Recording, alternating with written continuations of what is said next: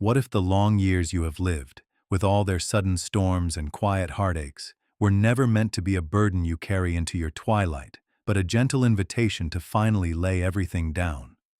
What if the weight you feel in your chest right now, that familiar ache of a life well worn, isn't the weight of your age, but the weight of trying to hold back a river that was always meant to flow? Imagine for a moment that nothing in your journey has ever truly been random. Not the doors that closed, not the people who left, and certainly not the silence that sits with you in your living room tonight. What if every loss was actually a clearing, and every too late was actually a just in time for your soul to finally breathe?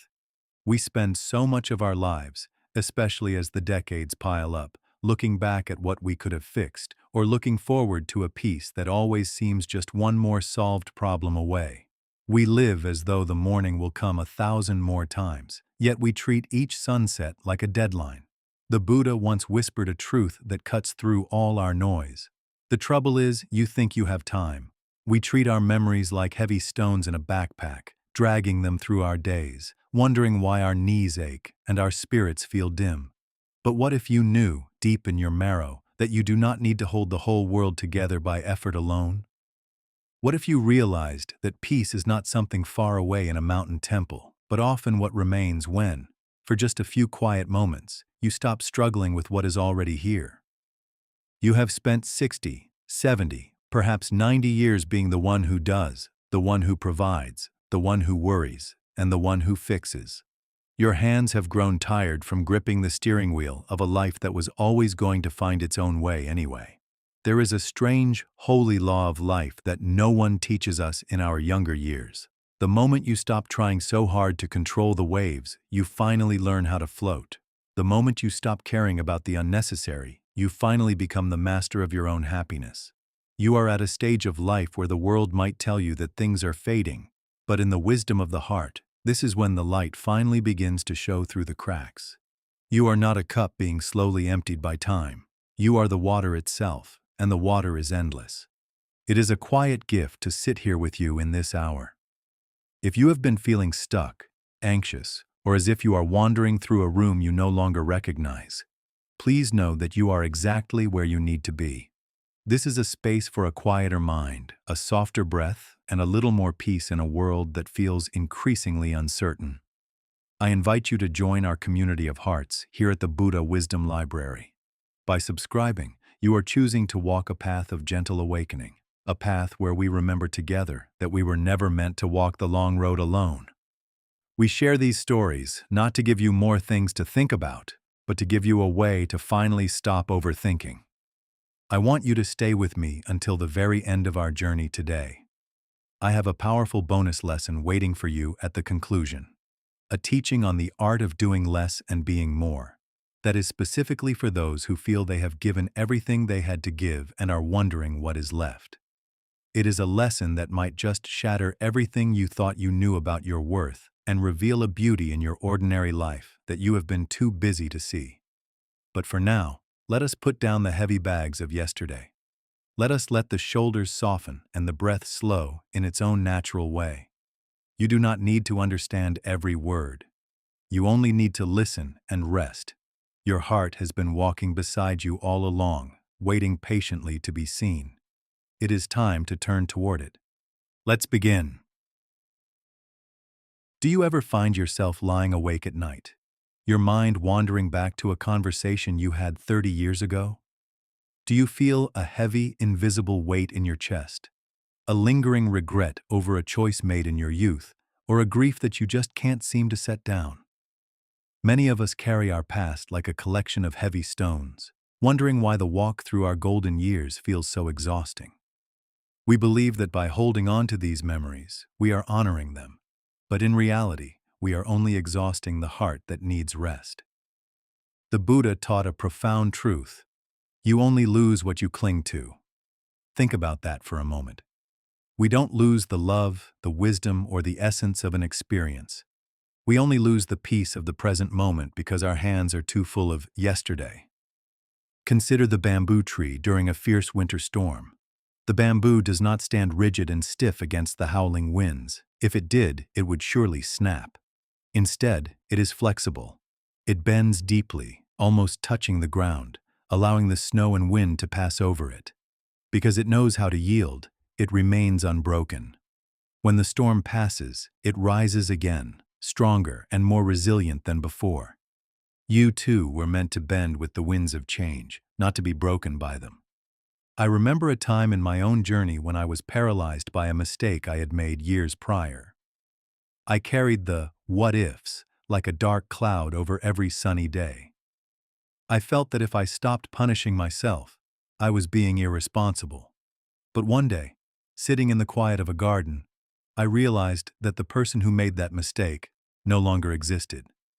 I was punishing a ghost. The moment I chose to forgive that younger version of myself, the world suddenly seemed to regain its color. I invite you now to close your eyes for just a moment. Take a soft, deep breath.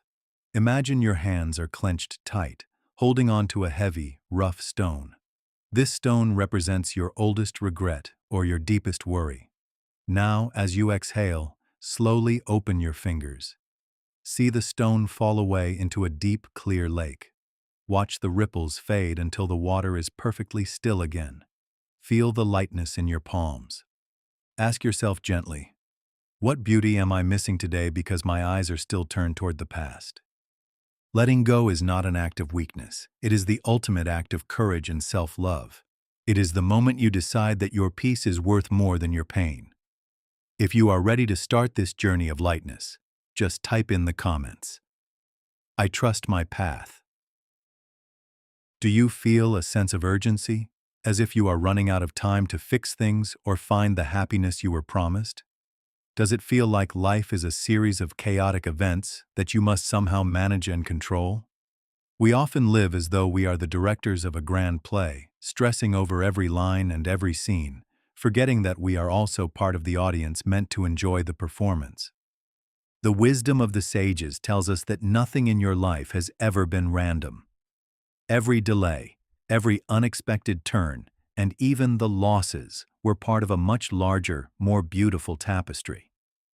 As it is often said in Zen, when you stop chasing, things start chasing you. Think of a river flowing toward the ocean. When the river encounters a massive rock in its path, it doesn't stop to argue with the rock. It doesn't try to push the rock out of the way or feel like a failure because its path is blocked. The river simply finds a way around, moving gracefully, trusting that the gravity of life will eventually lead it to the vast, open sea. The rock isn't an obstacle, it is simply part of the landscape. There was a period in my life where every door I tried to open seemed to be locked. I fought, I pushed, and I grew bitter. It wasn't until I finally sat down in exhaustion and stopped trying to force the world to move at my pace that I noticed a small, quiet path I had overlooked. That path led me to exactly where I needed to be. I realized then that my waiting wasn't wasted time. It was preparation. Close your eyes again. Visualize yourself as a single leaf floating on a gentle stream. You don't need to row. You don't need to steer. The current knows exactly where it is going. Feel the cool water beneath you and the warm sun above. You are safe. You are being carried. Ask yourself gently, what if everything is happening exactly as it should, even the parts I don't understand yet? When you stop interfering with the flow of your life, you allow the universe to do its part. You are not a victim of fate. You are a partner with the divine. Subscribe to our channel for more quiet teachings of the heart as we walk this path together. Closing this lesson, remember, tranquility comes to those who trust life's timing. Just type, my life flows naturally. Are you tired of the constant noise, not just from the world outside, but from the restless chatter inside your own head?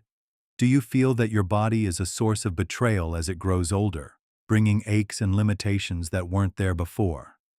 Many of us treat our bodies like a broken machine that needs fixing, rather than a sacred temple that needs listening to. Buddhist wisdom teaches us that the body is a temple of natural healing. The Buddha once said, "Peace comes from within. Do not seek it without." This applies to your health as much as your mind. We often forget that beneath the layers of physical discomfort, there is a reservoir of stillness that has the power to restore and renew. Imagine a lotus flower. It does not grow in a sterile, pristine environment. It begins its life in the dark, thick mud at the bottom of a pond. Yet, the lotus doesn't fight the mud. It uses the nutrients within it to grow upward, eventually breaking the surface to bloom in pure, radiant beauty. The mud is not its enemy. It is the very thing that allows the flower to exist. Your challenges, even your physical pains, are the mud from which your wisdom and inner peace can bloom. I remember visiting an elderly monk who lived in a remote mountain cave. He had very few possessions, and his body was frail, yet his eyes shone with a light I had never seen before. I asked him his secret to health. He smiled and said, "I stopped fighting my body. When it aches, I give it my breath. When it is tired, I give it my silence. I treat my pain like a crying child, with kindness, not anger." Let's try a small ritual together. Place your hand gently over your heart. Close your eyes and feel the warmth of your palm. As you breathe in, imagine a soft, golden light entering your body, traveling to any area that feels tight or painful. As you breathe out, imagine releasing tension like gray smoke. Say to yourself inwardly, "I am light, I am peace, my body knows how to heal." Ask yourself gently, am I treating my body with the same compassion I would give to a dear friend? Healing is not always about the absence of pain, it is about the presence of peace within it. Your body is more than a tool, it is a miracle. If you're ready to embrace your inner healer, just type, "I love and heal." Do you feel responsible for the happiness of everyone around you? Are you still carrying the worries of your children, your grandchildren, or the state of a world you feel you can no longer change? We spend so much of our lives being the one who cares, thinking that our worry is a shield that protects those we love. But worry is a heavy burden that helps no one. It only dims your own light. There is a strange law of the heart. The less you cling to outcomes you cannot control, the happier you become. This isn't about being indifferent or cold. It's about holy indifference. It's the realization that you can love someone deeply without needing to carry their karma for them. Think of a butterfly resting on the palm of your hand. If you try to grab it, to hold it because you admire its beauty, you will crush its wings. But if you keep your hand open, the butterfly may stay for a long time, and even if it flies away, you have been blessed by its presence. True happiness is like that butterfly. It cannot be caught by chasing or gripping. It only settles on an open, relaxed hand. I once knew a woman who spent every waking hour worrying about her grandson's future. She was exhausted, and her grandson felt the constant pressure of her anxiety. One day, she decided to practice letting go. She told him, "I trust you, and I trust life to teach you." The tension in their relationship vanished instantly. By caring less about his specific choices, she was able to love him more for who he actually was. Close your eyes and visualize yourself standing on a high mountain peak. You are carrying a large, heavy backpack filled with the worries of other people. Feel the weight on your shoulders. Now, slowly unbuckle the straps. Let the pack slide off your back and fall into the valley below. Stand tall. Feel the cool mountain air on your skin. Notice how much easier it is to breathe. Ask yourself gently, how much of the weight I am carrying actually belongs to me? You have earned the right to be light. You have done your work. Now it is time to be. Share this video with someone who might be carrying too much today. If you're choosing peace, type, "I choose peace today." Do you find yourself afraid of the changes that come with age? Is there a quiet fear of the end, or a sadness as you watch the world you once knew transform into something unrecognizable? It is natural to feel a sense of loss, but Buddhism invites us to look at impermanence not as a tragedy, but as the very thing that makes life sacred. The Buddha's final words were, "All conditioned things are subject to decay. Strive on with mindfulness." This wasn't a warning. It was a reminder of reality. When we accept that everything passes, the joys, the sorrows, the seasons, and our very lives, we are finally freed from the fear of losing them. We can finally appreciate the sunset because we know it doesn't last forever. Look at the trees in autumn. They don't cling to their leaves, terrified of the coming winter. They don't see the falling leaves as a failure or a death. They let go because they trust the cycle. They know that by letting go, they are conserving their energy for a different kind of life that happens deep within, in the silence of the roots. They drop their leaves in a beautiful dance of gold and red, trusting that spring will come in its own time. I remember watching my own parents grow old. At first, I tried to fight the changes, wanting them to stay the way they were when I was a child. But as I watched them find a new kind of quiet joy in the small things, a cup of tea, the bird at the window, a shared memory, I realized that they weren't fading. They were becoming more refined. The noise of their younger years had fallen away, leaving behind the pure essence of who they were. Take a final deep breath. As you inhale, think, "This is." As you exhale, think, "Passing." Let each breath be a new beginning and a gentle ending. You are not a candle burning down. You are the light that the candle carries for a little while. The light itself is eternal.